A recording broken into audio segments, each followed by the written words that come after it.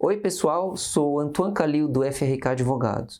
Muito obrigado pela sua audiência. No vídeo de hoje vamos tratar de 4 perguntas que normalmente são feitas envolvendo testamento. Infelizmente esse é um tema tabu na nossa cultura, embora já seja mais usual em países desenvolvidos. O testamento nada mais é do que uma ferramenta muito importante de planejamento sucessório. E planejar é sempre bom.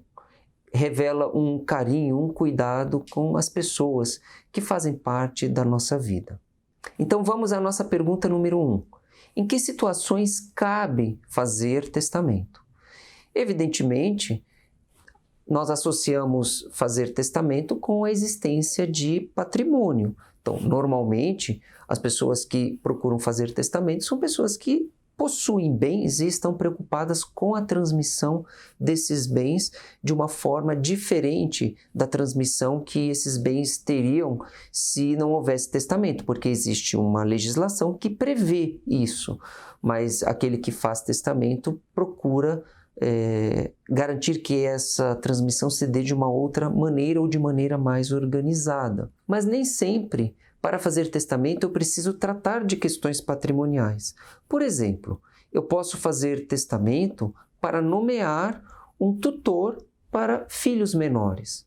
Ou posso também fazer testamento, embora isso seja pouco comum, para reconhecer um filho que eu possa ter tido e que não foi reconhecido no momento próprio. O testamento também se presta a isso. Uma situação muito interessante surge quando alguém possui pets. Lembro de uma cliente que eu atendi que incluiu no seu testamento, ela tinha um cãozinho que era o amor da vida dela, e ela incluiu no testamento uma cláusula prevendo uma pessoa, nomeando uma pessoa que cuidaria do seu animal. Vejam, numa situação em que não houvesse testamento e ela tendo parentes, poderia ser um problema, não é? Então ela indicou a pessoa que ela gostaria que cuidasse do seu animal e, mais do que isso, teve o cuidado de constituir uma reserva financeira destinada a custear as despesas que esse animal teria, de forma até a poupar essa pessoa que cuidaria dele, mas não precisaria arcar com as despesas. Vejam que situação interessante e como o testamento foi útil nesse caso. Pergunta número 2. O testamento tem prazo de validade ou ele é vitalício? Bom, a não ser que o testador declare no seu testamento um prazo de validade, o testamento ele é vitalício. Normalmente as pessoas não declaram validade. Quem faz testamento normalmente faz para que ele dure permanentemente.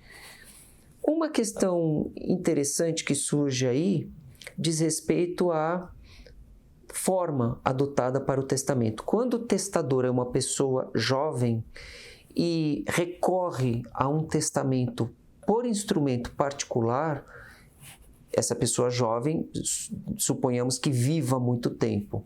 Esse testamento particular vai precisar durar mais tempo ainda, porque o testamento é usado após o falecimento do testador. Quando o testamento é particular e ele acaba precisando durar muito tempo por conta da vida do testador, o risco que se corre é que ele venha a se perder. Então, mesmo que ele seja um instrumento vitalício, após a morte do testador é preciso que ele seja apresentado no momento de fazer o inventário. Então, um instrumento particular que precise durar muito, ele traz essa desvantagem, porque ele pode acabar se perdendo. Então, quando o testador é jovem, o recomendável é recorrer a uma forma pública de testamento feito em cartório. Vamos à pergunta número 3. Em que circunstâncias o testamento pode ser revogado?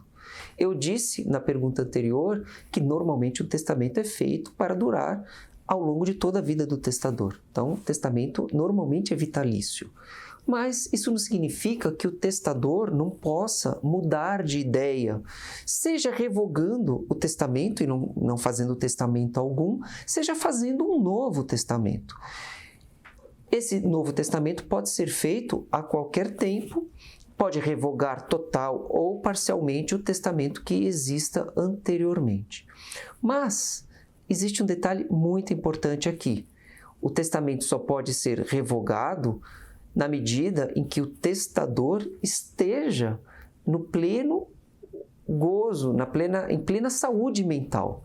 Porque, assim como para testar eu preciso ser saudável, ou seja, preciso ser alguém cuja vontade não possa ser questionada por algum problema de saúde, também para revogar um testamento ou alterar um testamento, eu também preciso estar saudável. Pode acontecer de a pessoa ter feito um testamento e depois ser acometida por alguma doença, por exemplo, Alzheimer. Essa pessoa não terá eventualmente condição de rever um testamento já feito. Antes de passar para a quarta pergunta, eu quero aproveitar e pedir para você se inscrever em nosso canal e também curtir o vídeo, porque assim você nos ajuda, nos incentiva a produzir mais conteúdos como esse. Passemos então para a quarta pergunta.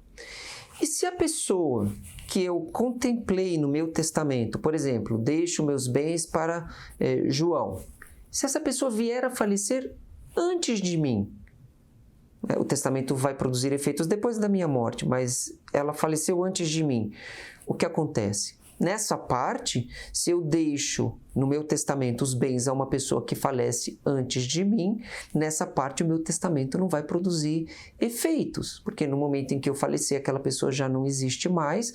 Se o meu testamento se restringir a deixar os bens para aquela pessoa e não tiver nenhuma outra cláusula, então ele praticamente não vai ter nenhuma função. Para dar mais longevidade ao testamento, porque ninguém é capaz de prever quem falece antes, é comum prever uma sequência de herdeiros testamentários. Faz pouco tempo eu assessorei um casal homoafetivo que não possuía filhos. Então, para exemplificar, para facilitar aqui, vou chamar de João e Pedro. João deixou os seus bens para Pedro, no seu testamento, e Pedro fez um testamento deixando os bens dele para o João. Mas, evidentemente, é possível que eles morram em tempos diferentes. Se João morrer antes de Pedro, ao morrer João, o testamento de João vai transferir os bens de João para Pedro. E o que vai acontecer com o testamento de Pedro, que previa a transmissão dos bens de Pedro para João?